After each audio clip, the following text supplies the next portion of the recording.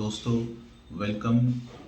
इन विधान legal associates के एक नए वीडियो में। मैं एडवोकेट नीरज कुमार आप सभी लोगों का एक बार फिर से स्वागत करता हूं। और आज की वीडियो में हम समझेंगे सेल्फ डिफेंस क्या है और भारतीय कानून के अनुसार किस प्रकार हम सेल्फ डिफेंस का इस्तेमाल कर सकते हैं और इसके क्या लिमिटेशंस हैं, इसकी क्या सज़ा है और क्या कानून है, क्या नियम है। तो आइए चलते हैं और आज समझते हैं इन बातों को। राइट टू प्राइवेट डिफेंस मतलब अपने खुद की रक्षा करने के लिए भारतीय कानून के अनुसार हमारे क्या अधिकार हैं, आइए समझते हैं। यह अधिकार आपके खुद के शरीर पर किसी व्यक्ति के द्वारा अगर हमला किया जा रहा है या फिर आपके दोस्त या परिवार के किसी सदस्य या फिर किसी भी अन्य व्यक्ति पर हमला किया जा रहा है और आप उसे रोकने के लिए सेल्फ डिफेंस या फिर उसके डिफेंस में जो कदम उठाते हैं, उसके बाद अगर दूसरे व्यक्ति को गंभीर चोट लग जाती है अथवा वो घायल हो जाता है या फिर उसकी मौत ही क्यों ना हो जाती है, तब इसके लिए सेल्फ डिफेंस में जो भी एक्शन लिया गया है जिसकी वजह से सामने वाले की मृत्यु हो जाती है, उसके लिए आपको किसी प्रकार की सजा नहीं मिल सकती है। इनफैक्ट सेल्फ डिफेंस के केस में अगर किसी की मृत्यु हो जाती है तो पुलिस आपको प्रोसिक्यूट भी नहीं कर सकती है। इसके अलावा अगर आपकी प्रॉपर्टी को भी अगर कोई हानि पहुंचा रहा है, मतलब आपके घर पर रॉबरी कर रहा है, चोरी कर रहा है, या आपके घर को या आपकी प्रॉपर्टी को आग लगा रहा है या फिर आपके घर पे पत्थर फेंक रहा है,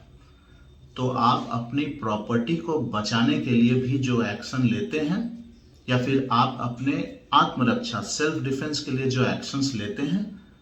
उसकी कानून के नज़र में कोई सज़ा का प्रावधान नहीं है। कानून ने हमें यह अधिकार दिया है, यह हक दिया है कि हम अपने या किसी के सेल्फ डिफेंस में किए गए कार्य जिससे सामने वाले की मृत्यु ही क्यों ना हो जाए,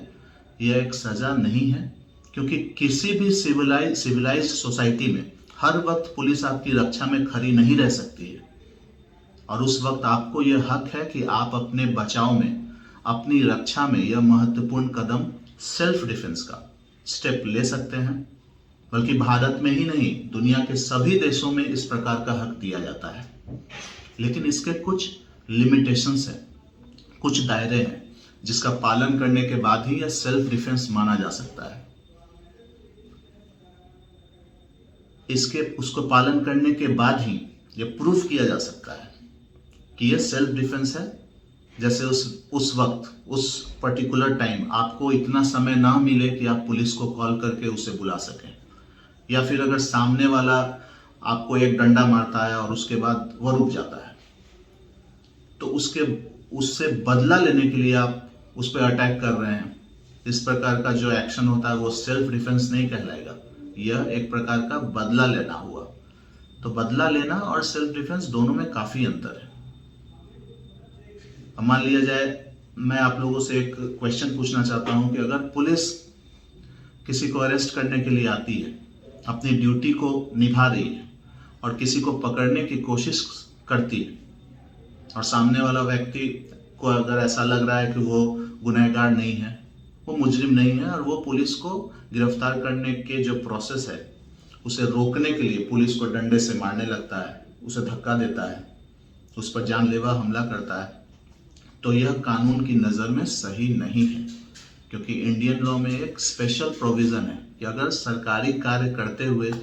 कोई पुलिस आपको गिरफ्तार कर रहा है या आपसे पूछताछ कर रहा है या आपको थाने ले जा रहा है, तो इस प्रकार आप उस पर बदले में हमला नहीं कर सकते हैं। बाद में जब भी प्रूफ हो जाता है कि आप बेगुनाह हैं तो और आप छूट जाते हैं, तो उसके बाद आप पुलिस पर कंप्लेंट केस फाइल कर सकते हैं, ये अलग बात है। लेकिन पुलिस की गिरफ्तारी करने की ड्यूटी के वक्त आप उस पर हमला नहीं कर सकते हैं। प्रोवाइडेड, एक एक्सेप्शंस है कि अगर पुलिस आप पर गोली चलाने वाली है या आपसे मारपीट कर रही है जिससे आपको गंभीर चोट आ सकती है, या इस तरह के एक्शंस को रोकने के लिए आप अपने सेल्फ डिफेंस में कदम उठा सकते हैं, तो यह हमारा हो गया हमारा कानून, और हमारे कानून के दायरे, उसको मैंने अभी आप लोगों के साथ समझाया। और आशा करता हूं कि आप सभी लोग सेल्फ डिफेंस में लिए गए एक्शंस को समझ चुके होंगे, मगर इसका मिसयूज बिल्कुल नहीं करेंगे, क्योंकि बाद में आपको ये प्रूफ, अगर ये प्रूफ हो गया बाद में कि ये सेल्फ डिफेंस नहीं था, तो आपको सजा भी हो सकती है। धन्यवाद।